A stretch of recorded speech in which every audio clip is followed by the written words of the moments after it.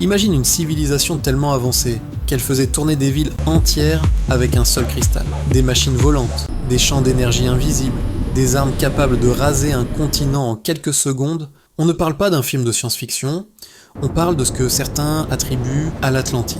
Sauf que dans les textes anciens, Platon ne décrit presque rien de tout ça. Alors d'où viennent ces technologies impossibles? Pourquoi on est si nombreux à avoir l'impression qu'il y avait quelque chose là-bas? Comme le souvenir d'un monde plus avancé que le nôtre?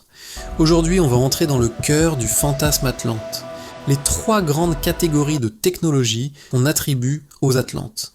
Et ce qu'il en reste quand on retire tout ce qui est invérifiable. Reste jusqu'au bout parce que la dernière technologie est peut-être celle qu'on est en train de recréer, sans même s'en rendre compte. La base du mythe de l'Atlantide, c'est Platon. Deux dialogues, le Timée et le Critias. Il parle d'une île immense, d'une puissance militaire, d'une richesse incroyable, d'une civilisation qui finit engloutie après avoir abusé de sa puissance.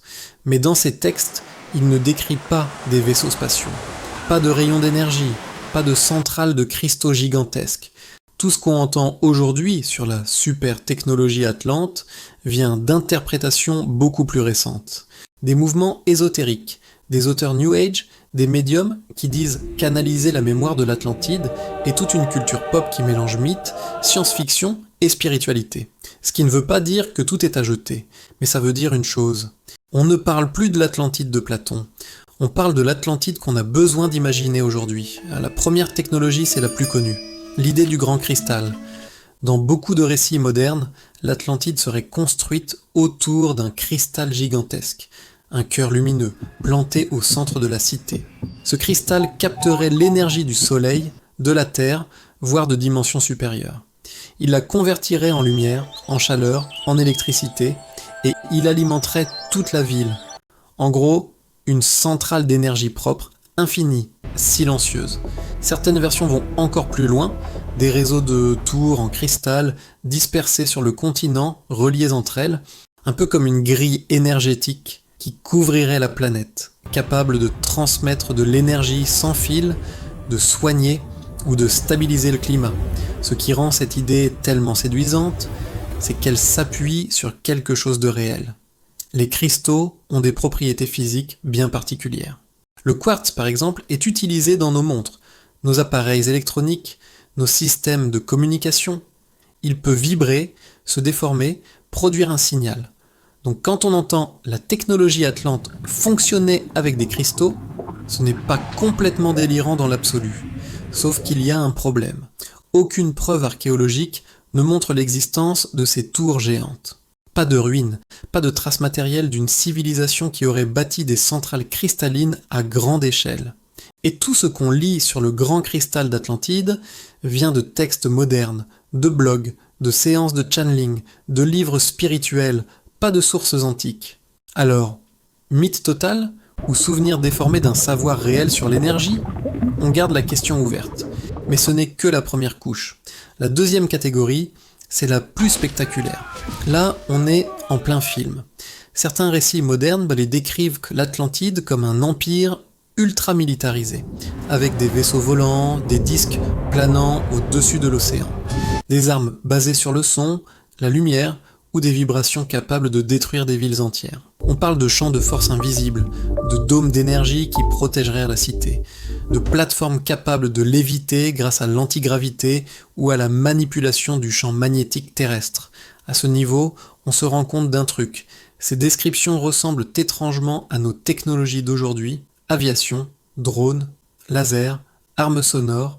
C'est comme si, à chaque époque, on avait reprojeté nos propres fantasmes technologiques sur l'Atlantide. Au XIXe siècle, c'était des machines à vapeur et des engins mécaniques.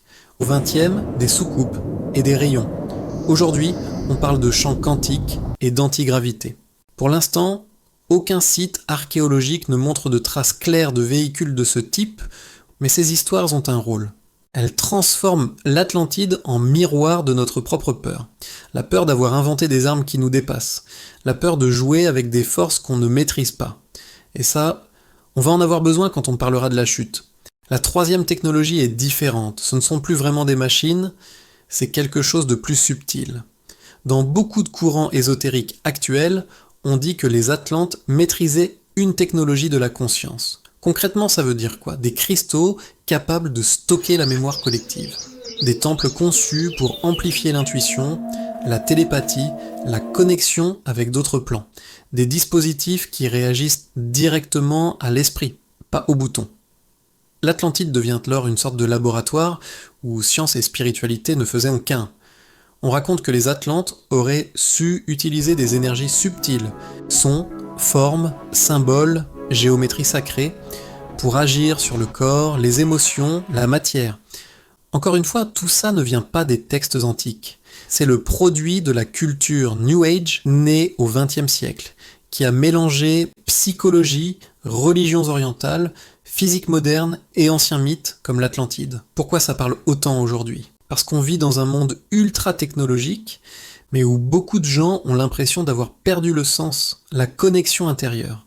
L'Atlantide devient le symbole d'un âge d'or où la technologie n'était pas seulement matérielle, elle était aussi intérieure. Et là, détail intéressant.